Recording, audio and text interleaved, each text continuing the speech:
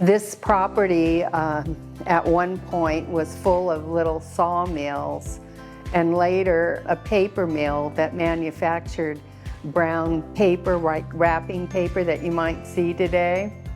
And then in 1861, the California Powder Works purchased the property and later purchased the paper mill as well. And the paper mill would have been in what we call Section 4, and the other sections had the powder works and the flumes and that were built to water power. And they invented smokeless gunpowder. It was first used here. And in 1914, they ceased operation here. And it was in 1924 when some Masons wanted to get out of the heat of the Central Valley, and they came over here and looked at two properties primarily. One was out on the west side, and it was always foggy whenever they came over. And the other one was this property, and it always was just a nice temperature, and so they purchased this property.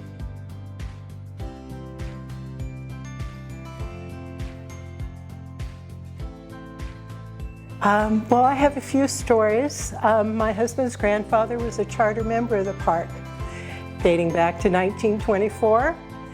And some of the family stories are a little interesting. My father-in-law was born in 1924, in May. So Grandpa was admonished by Grandma to not make any noise, no hammering or construction noises in the afternoon so the baby could sleep, the baby being my father-in-law.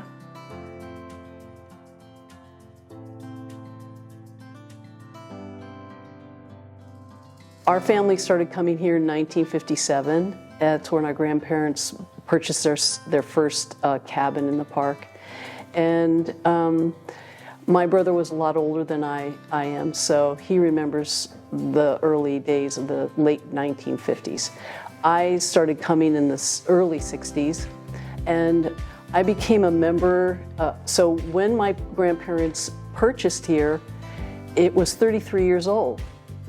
The park was 33 years old. When I became a member, the park was around 50 years old.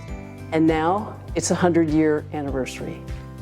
So you can imagine, I became a member in 1973. So I've been a member for 50 years. And the memories that I have are really based on, I think the most outstanding experience I had here was that my elders could be my friends. The elders that I met here became very important people in my life. My grandmother was one of those people, and I always regarded her as a lifelong friend. She lived till she was almost 105, and when I was able to run around on my own on my bike, I would ride up there with a sharpening stone, and I would sharpen knives while she told me about the mother lode country where she was born and raised.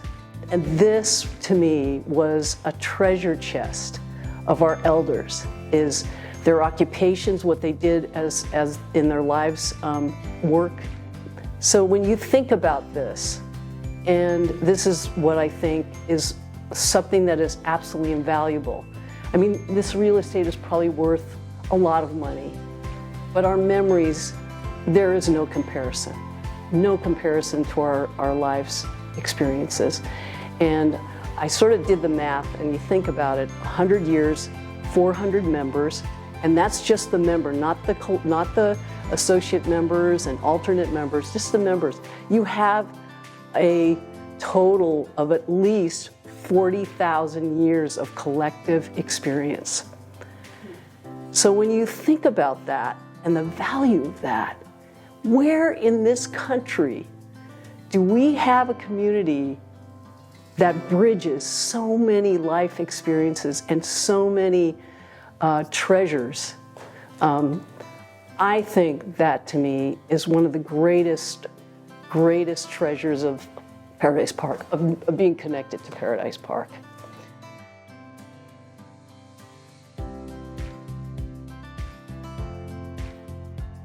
My first introduction to Paradise Park was in the late 70s.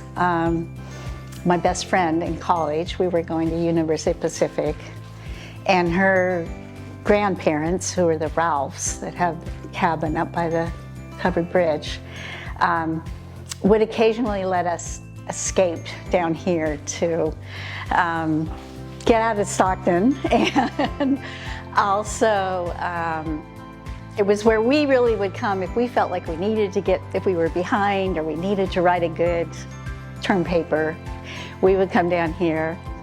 And of course we loved Santa Cruz. So her name was Kathy Lee, and her grandparents were the Ralphs, and then her parents are Betty and Bob Kimball. So that, for a few years, that was how I first got to know Paradise Park, and it instantly reminded me of where I grew up. I grew up in a very small little town, northeastern California. My grandfather and my mother were postmasters, and the post office looked exactly like the post office here at the office, with all the old-fashioned boxes. And you know, I have a lot of just really fond memories of, we'd meet each other at the post office, and people would put up posters and plan potlucks and do all the kinds of things that are part of the charming part of Paradise Park.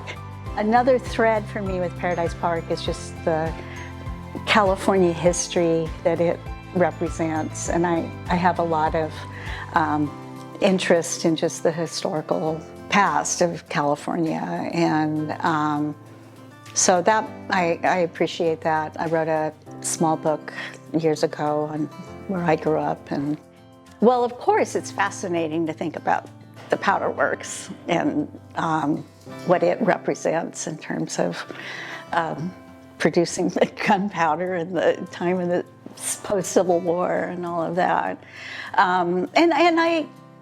You know, the different Chinese roots of people that lived here and the different workers that were here. I'd really like to, you know, now that I have more time, spend a little more time trying to capture some of that history.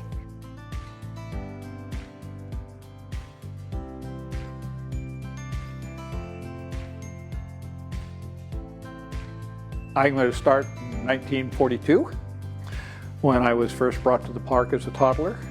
My grandparents had purchased the 380 cabin, and we're in the process of putting plans together to build the house next door. And so we came down on numerous weekends over that year as they started putting the house together. My dad and my uncles would all show up and help my grandfather, and finally they got the house built.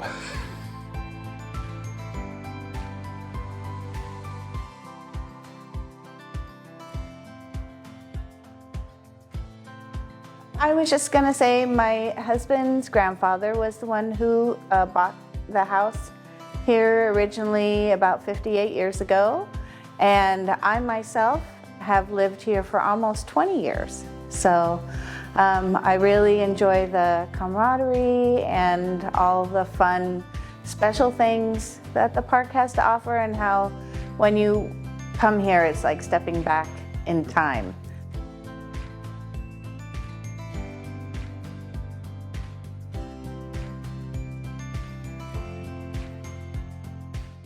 My family first came here in 1946. My uncle built the home that we live in, and it was our summer home at first, and then later my parents secured it for $8,000 in the early 50s, and it became our summer home, and they eventually retired, and I eventually retired. But the wonderful thing about it is when my parents retired, they found lots of friends to socialize with here. And the thing about that was so special is that their children also were the same age group, and they socialized together. And then those children, my children, socialized, still have, and they were, and now they all have children. And so they will at some point be socializing because they're still a little young. But the thing is that was so special about these friendships is that it was like you never left them as your next door neighbor might be, that you picked up whenever you, where you left off, and it didn't seem like you missed anything. My memories of coming down for summer from the day school got out till the day before school went in, that's how our lives were back in the 50s and early 60s. And lots of families were able to do that. Women weren't working as much then, and so there was an opportunity to come down and spend the whole summer in Paradise Park, and it was wonderful. We would go to Rocky Beach, and then when we were old enough, we would be able to go to Sandy Beach. And we just played all day, all summer, and it is a very, very special place. One of the activities that is very important to me and to my family is the opportunity to go swimming in the river. And we would have earthen dams that would be put in every year. And there were 4 or 5 dams that were put in. And so children in all the sections would be able to get close to a swimming hole. And over time, due to different things, and a lot of it environmental, those were reduced down. And at a certain point, and I believe it was 1969, the last dam, earthen dam, was taken down. And so it became a pivotal point for the park. It's like, well, what are we going to do? We don't want to abandon recreation because that's so important. So some of us gathered together, and I brought this to share. This was the dam committee. And we had to speak with every member in the park. My father, Tom Allen, was the person who was really the point person. And he explained how important it is to have that activity. So sure enough, after a lot of work, we were able to get a wooden slatted dam at Middle Beach, which served for many, many years. And now, of course, we know that that is no longer. My love of the park, besides the environment and the redwoods, is that we are a community based on recreation. We are now a community that's half full-time and half part-time, but that all of us have a love of this very special place.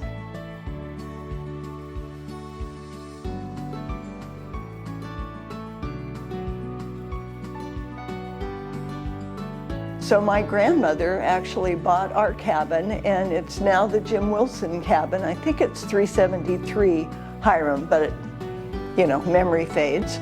Anyway, and she bought it in 1955. The first time we came as a family was in September of 1955 to celebrate my birthday and my grandfather's birthday, who were both on September 11th. And that was fun. But what I remember from my grandmother's journal, she did a daily journal. And in December of that year was our 100-year flood. And at the house on Hiram, actually we had 3 to 4 foot watermarks in the garage from that. So just a picture of where that was in regards to Keystone is pretty amazing. And in December of that year, just a few days after the flood, in her journal it said, going to Paradise Park to see flood damage.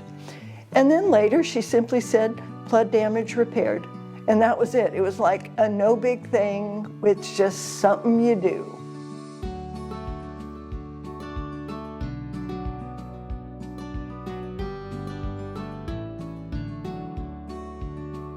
I'm a Southern California girl from the desert in Palm Springs. And when I met Fred in Palm Springs spring vacation of 1969, and eventually we married in the fall. So 54 years of marriage. But the first time I came up here and he brought me to meet his parents here in the park, I was just blown away by the greenery compared to the desert in Southern California. It's just meant so much to me to have this beautiful, intense green all around me. And we've had so much fun here over the summers, but there were lots of kids in here that our kids became dear friends and they are still friends in their 40s with these friends, and their kids are friends with my grandkids, our grandkids. And that kind of generational succession is really quite touching and really cool.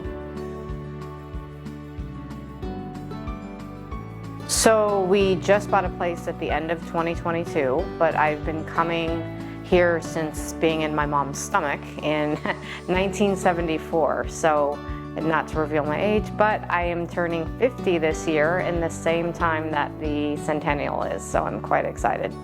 Yeah, and what I love about Paradise Park is the obvious beauty of the nature, but the incredible, overwhelming peace that I get when I come in.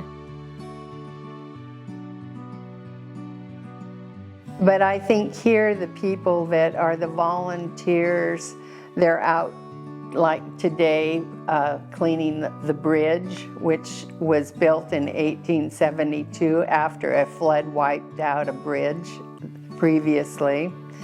And it's now a National Historic Landmark, and it's still in use, and that's kind of exciting to me.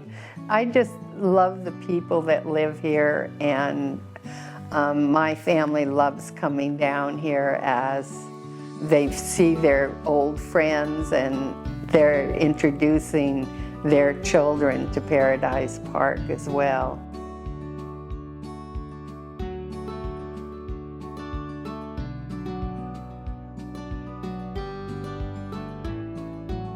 First went into the park in the year of 1976. We were friends with the manager at that time, who was Mabel Roberts, who was from our hometown in Dos Palace. And he told us of this little house that was for sale from the little old lady from San Jose called Mildred Long. So we visited Mildred Long in San Jose and got acquainted with her. She was a sweet person. And we were able to buy 344 Royal Arch. Actually, at the time that I came into the park, Eastern Stars were not able to buy. You had to be a Mason. So my brother, who is a Mason, or was a Mason, I had to buy it through his name in order to get 531 St. Ambrose, and I did.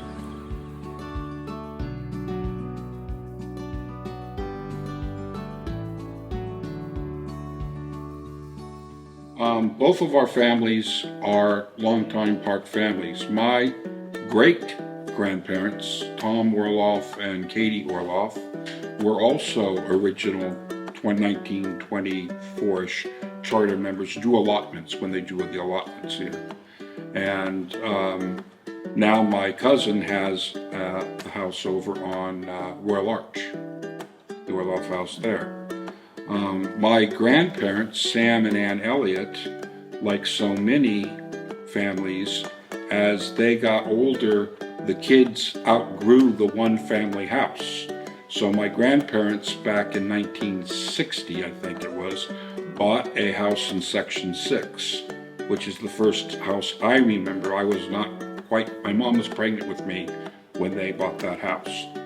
And so for the first 10 years of my exposure in Paradise Park, it was up in Section 6, which was very devoid of kids. So it wasn't much fun. We'd have to come down looking for friends over here. I was riding my Stingray down Hiram one day, and I looked over to the side, and there I saw this beautiful blonde girl standing on the porch with her mother and her grandmother. Needless to say, the beautiful blonde girl was Susan. I stopped my bike, and I'm 10 or 12 years old.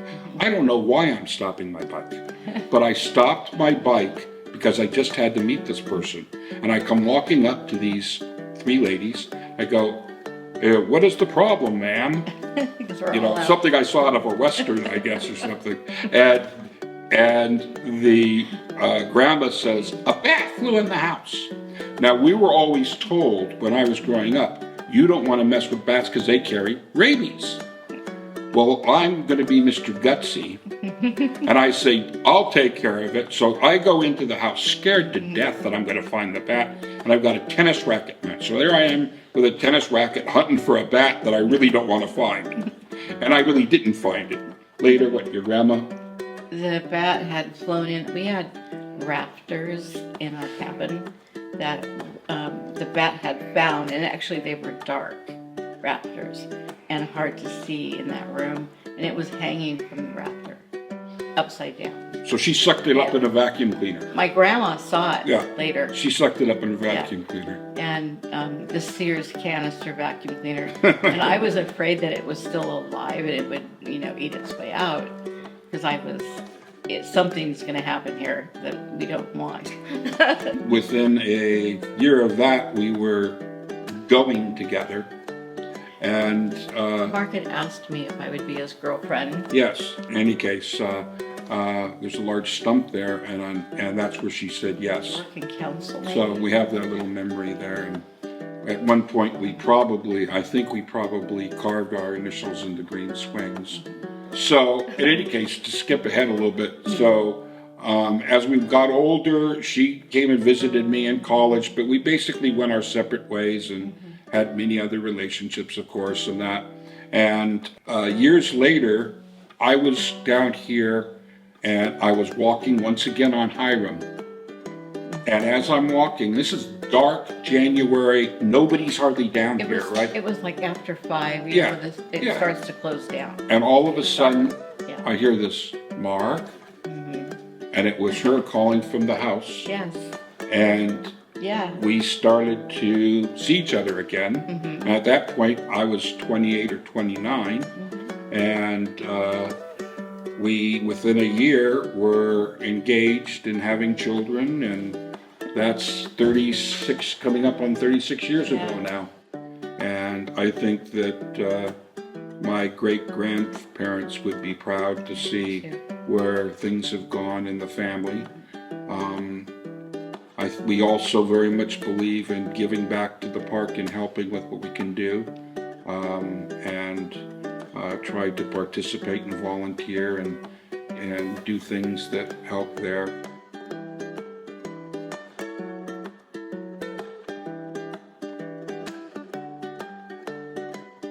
I taught little kids. I taught elementary school, and all of my students were online. They lived in the suburbs of Mountain View, and they didn't have this. They didn't have a beautiful, glorious park to live in.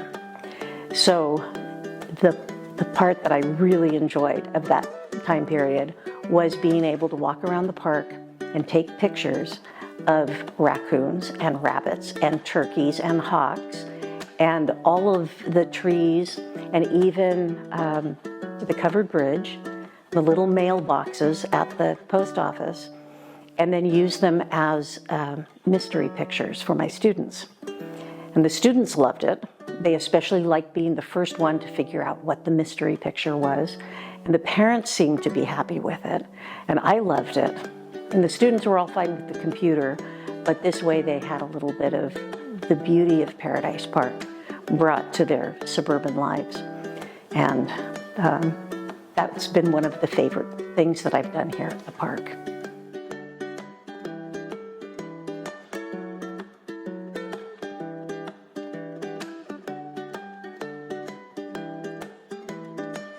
Well, I moved here in 1999, just before the turn of the century. And my mom was living here at the time with my stepdad, Don Moore. And my mom is Shirley Moore. And we just lost her last October. But when we got here in 99 and in the year 2000, she said, we don't do anything on the 4th of July. I mean, actually on, especially if the holiday falls during the weekend, then when 4th of July comes, nobody does anything. And that was a great celebration for her. So we decided we would come up with the All Wheels Parade. And so Mom and I created the All Wheels Parade in the year 2000. The only limit was it had to be decorated in some way, and anything that had wheels, it didn't matter what it was, it had to have wheels. So Karen Enebo actually took me seriously. I said, I don't care if you push a vacuum cleaner, it has to have wheels. So Karen Enebo did get a vacuum cleaner and pushed it, and I always told the story, she pushed it all the way through the park, but actually she made it as far as Cardiac Hill, and somebody took pity on her and took her the rest of the way.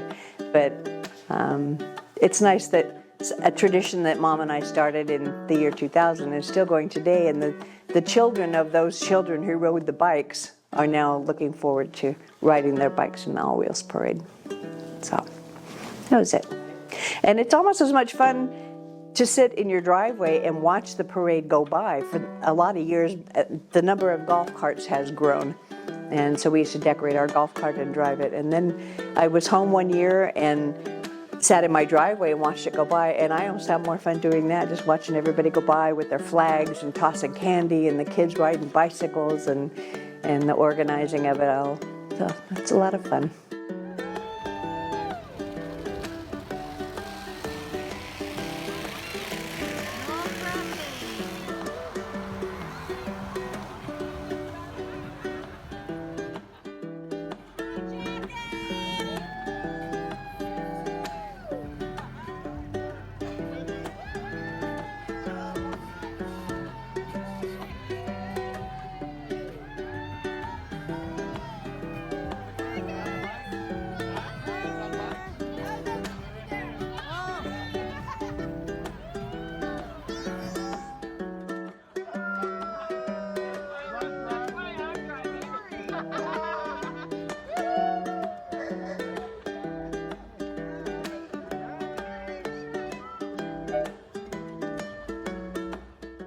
There's a lot of good time. Labor Days is our favorite. Thanksgiving, Christmas. There's a lot of things in the park. We have Christmas parties and you name it. Halloween, trick-or-treating, and the redwoods. Just love the redwoods, the ducks, the wildlife, and all the family and friends throughout the years that we've made. Our first cabin was 1996 in the park on Temple Lane.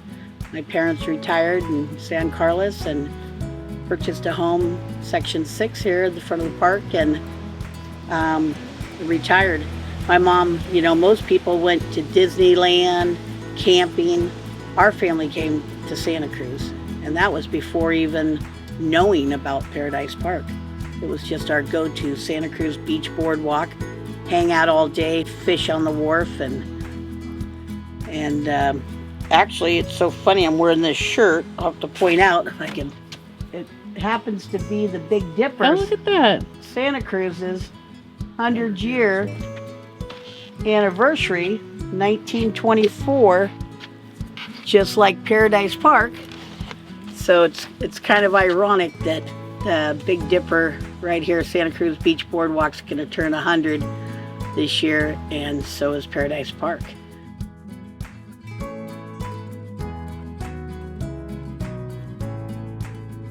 Yeah, and then there's the Labor Day activities. I don't know if you've heard about those, but those are super fun. I got 1 year the shuffleboard tournament.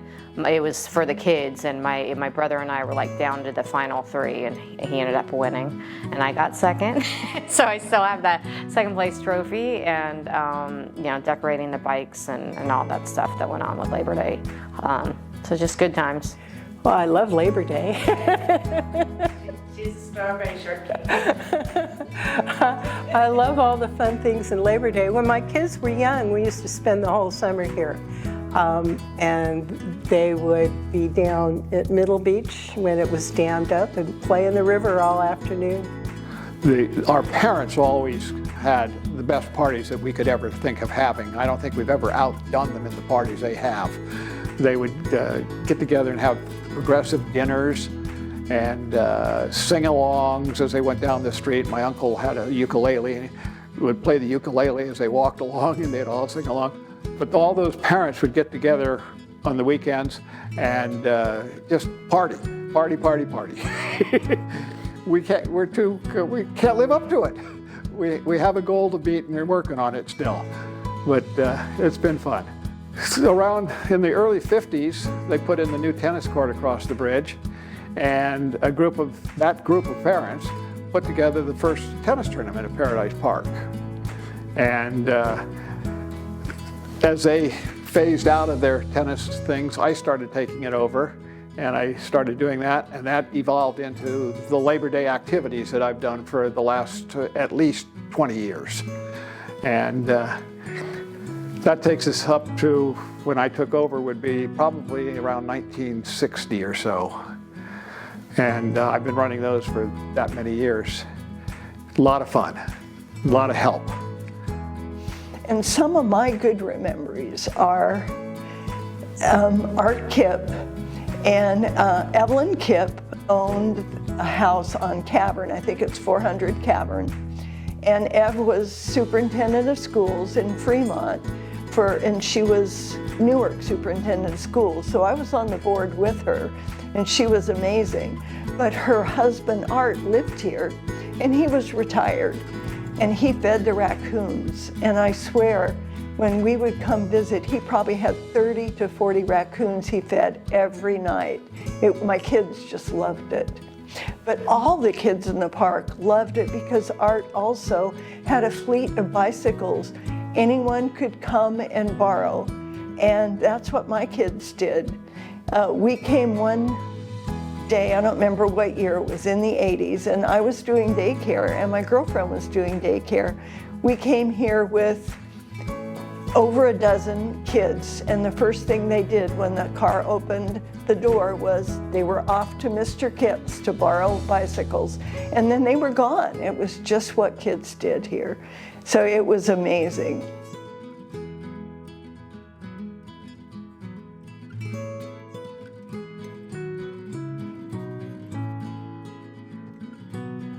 Do you remember Mr. Kipp?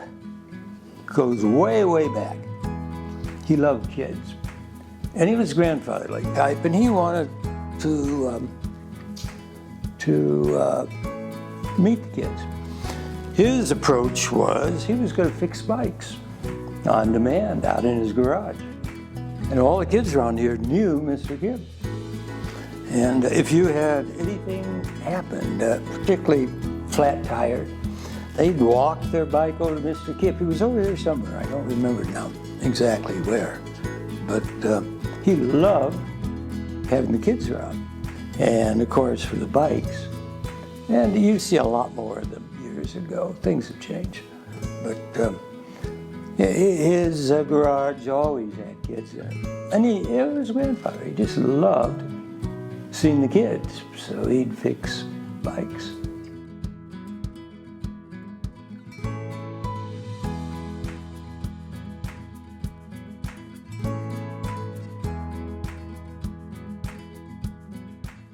We had been living in Vallejo, California, knew nothing at all about Paradise Park.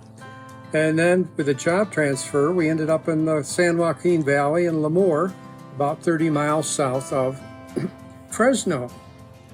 And as a result of our Masonic affiliations, in particular my wife's Eastern Star affiliations, we got them a couple living in Fresno, Jim Wilson and his wife, Pam, who happened to own a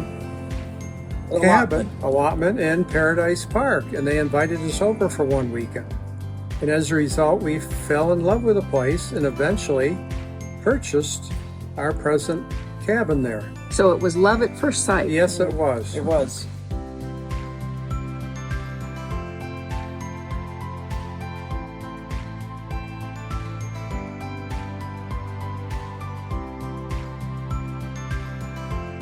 I am a second generation member of Paradise Park Masonic Club. My family has owned 3 cabins here in the park, and I recently bought my first cabin in 2021. So I'm here today to talk about some of my earliest childhood memories. We would come and vacation and hold youth group events in the social club. So we did sleepovers, dances, parties for brownies, Girl Scouts, and Job's Daughters. So I have been a part of this community for over 35 years, and I just love it here. It is amazing.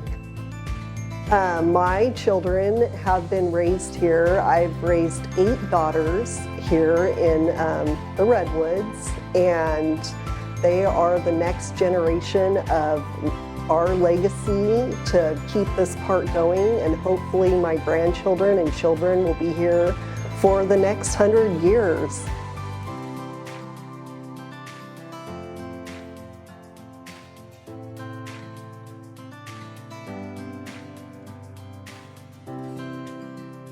Bought the home in the park in 2010, and we've lived here full-time since 2013.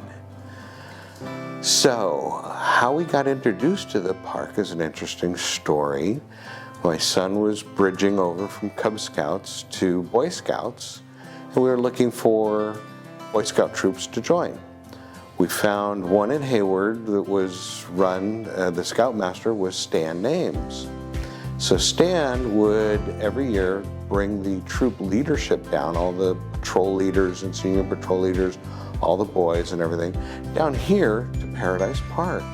And we'd do a planning session where we'd plan out the entire Scout year, go over each meeting, which merit badges we were going to do every month, where we would go camping, and then of course which summer camp we'd go to. So it was always fun to come down here, and we'd camp out in the picnic grounds or at Stan's house and stuff. And we'd lay out everything, we'd make all the choices. And Stan was always very good about getting the kids to do their own due diligence in setting things up. So the fun part was, he would tell them that he would have to go determine if a certain campsite was available and how much it cost and things like that, and make a reservation. So we'd give them the phone number to say like the East Bay Regional Parks and tell them, find out if this campsite is available, how much, and can you make a reservation? So the kid would wander off into Stan's kitchen to go use the phone. A couple of minutes later, he'd come back, and the kid had a weird look on his face and says, we'd say, is it not available or something? And the kid would say, I don't know how to use that telephone, because the phone was an old Pacific Bell phone, a kitchen wall phone, black, with a rotary dial. And the kid had no idea how to use it. So that was all. And then we decided to go ahead and buy a home here. And we looked at several of them, and we decided on one in Section 6. And we would come here weekends and vacations and stuff. And then we retired in 2013, so we bought in 2010. We retired in 2013 and decided to move down here permanently. And we've been here ever since and really enjoyed it. Had a lot of good things happen here.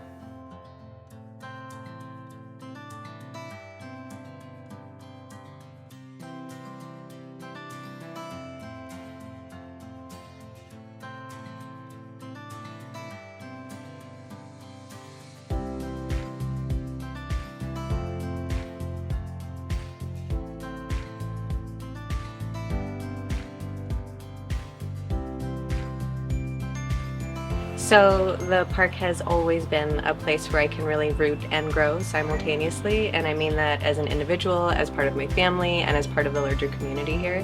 I learned to ride my bike on these streets, I learned how to swim in this river, and I'm not from here, so I learned all of those things with my family here. This was a gathering spot for my family, so grandparents, aunts, uncles, cousins, obviously my mom and my dad and my siblings all gathered here in this very little cabin. We all gathered here, so this was a gathering place. And then especially within the last few years, really connecting with the larger community. And like my next door neighbor was worried I was gonna get cold and so brought me extra firewood. And a neighbor farther down on the other side of the park knew I wanted to learn how to use power tools. So he was teaching me with his power tools how to use those. And so as an individual and as part of a community, it's just always helped me grow and be more me.